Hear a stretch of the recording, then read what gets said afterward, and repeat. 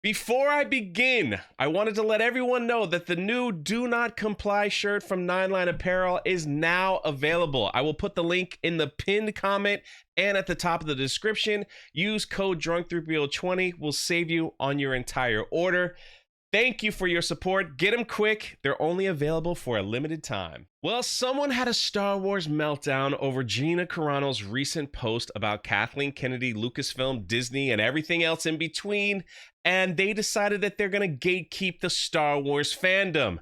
Just to be clear, if you support Gina Carano's embarrassing behavior and alt-right Looney Tunes sermons, you're not welcome in our Star Wars community. This is what they do. This is the audience that Disney wanted. They wanted to make sure that they had the right to tell anyone, if we don't agree with what you have to say, if we don't like your opinion, if we don't like that you're dropping truth bombs, then we don't want you in Star Wars. We don't want you at all. Get out. We don't want you in this community. We're going to keep it to ourselves. But yeah, how's that going for you over there at Lucasfilm? Ahsoka's ratings came out and they were worse than Andor's. People are not watching Star Wars anymore because you catered to people like this who have meltdowns, who go crazy anytime someone tells the truth. I mean, this person is getting obliterated in the comments. I mean, I really this is Krista. She's like, I'm sorry that you're offended by a woman with her own opinion and who stands up for herself. Keep your lame Star Wars community. We have a better one. And then, I got to show the boss man. Got to show the boss man. But I mean, if you go through the comment section, she's getting destroyed by everyone saying, how dare you say who could be part of a community and who likes what? Well, this is interesting because Gina posted another nuclear bomb the other day on social media, and it kind of ties into exactly what we're seeing with these weird Twitter bots, these Twitter people that just want to keep everything. Yeah, we want to keep everything positive. We don't really want to know the truth. We just want to keep everything positive, and we love everything Disney Star Wars. She is responding to an article from Bounding into Comics where they talked about HBO and Max executive creating an army of troll accounts to target critics of their movies and television shows right here on social media. This isn't anything that we already didn't call out. We knew this was happening. We find it weird. Anytime you tweet out something, like for me, when I was tweeting out stuff like, I didn't watch Rebels, so I don't understand Ahsoka, these weird accounts would show up. They normally have pictures of the show that they love in their avatar profile, and they usually have pronouns, they usually have all the right flags, all that stuff, and they usually follow 2,000 people, and they only got 100 people following them, yet they get tons of interaction, when they come to attack people that don't like their shows, or if they don't like their opinions. So Gina talks about it here. It says, do you think this behavior of creating bots was exclusive to HBO Max, or that maybe other major studios do this as well? In 2016, Bob Iger said Disney was basically inches away from buying Twitter, but pulled out of the deal at the last minute, saying they did a little more research and said this about Twitter users. We at the point estimate with some of Twitter's help that a substantial portion, not majority, were not real. Bob Iger said it himself, that most users on this platform, they're not real people. What do you think that substantial portion of fake users grew to from 2016 before Elon Musk took it over in 2022? How big did the bot armies get? Who were the bot armies created by, and to do what? Why buy Twitter to deal with that headache when you can create armies of bots and control the narrative for much, much less money and energy? It does your promotion for you without making you look like you're promoting it yourself. Look, it's popular on all these accounts, strangely liked by a bunch of accounts with no names. It must be good. And this is where it gets interesting. But what if it's used for something much more sinister? These damn critical YouTubers have too many followers and they're gaining traction. Let's censor them. On top of sending in the fake bot armies, just enough to get the yes men and useful idiots on board and rolling. Basically, you send in the bot army. Now people are looking and saying, so the popular opinion is to criticize these people that are criticizing our show. So let's jump on board. So number one, we're not attacked by this bot army, but number two, to be on like what's popular. That leads to firing a person who thinks differently because they can't control their voice. Need a reason to fire her? Get this hashtag trending. Fire Gina Carano. Fire Gina Carano. Fire Gina Carano.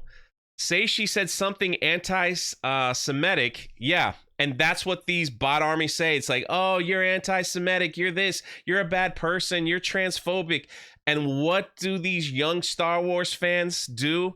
They come back and repeat the same narrative because they have been manipulated and controlled by the bot army that's being paid for by these giant companies. Well, the bot army doesn't spend money. The bot army doesn't buy your product. The bot army doesn't watch your shows. So there's a reason why everything is tanking. There's a reason why no one bought that Reva lightsaber when the bot army said this is the best person ever created in Star Wars. There's a reason for all that.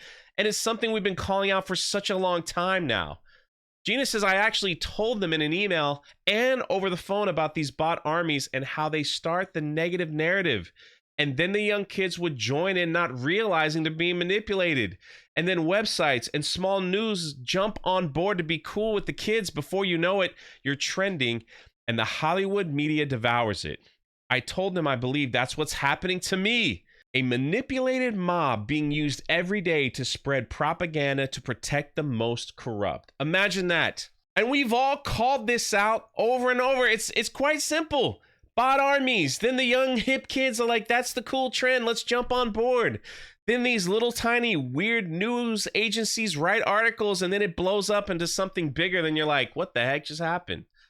It's how you control the narrative, everybody. How you get someone fired. How you attack people with the wrong think opinion. Why does everyone just laugh off the fact that when the suits do something wrong, it's, oh, how silly of those silly little harmless suits. Instead of the suits being forced to grovel and correct the wrong they do, just like they demand so many others. It's not like they don't know how to apologize. They wrote the playbook on fake apologies. Oh, we've seen all that many times before. They've literally destroyed careers and livelihoods and get sympathy pieces written on them, while those whose lives got destroyed for just having an opinion, that was before its time, or made a mistake and hurt feelings get destroyed. Well, it looks like things are changing.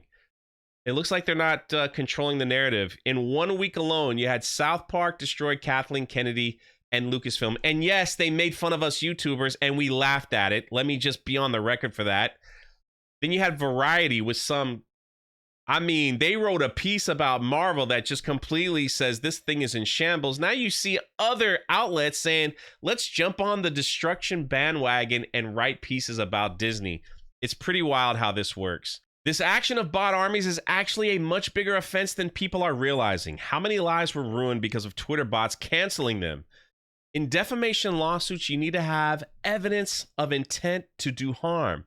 Defamation lawsuits are very tricky, especially when you're going up against someone with endless amounts of cash.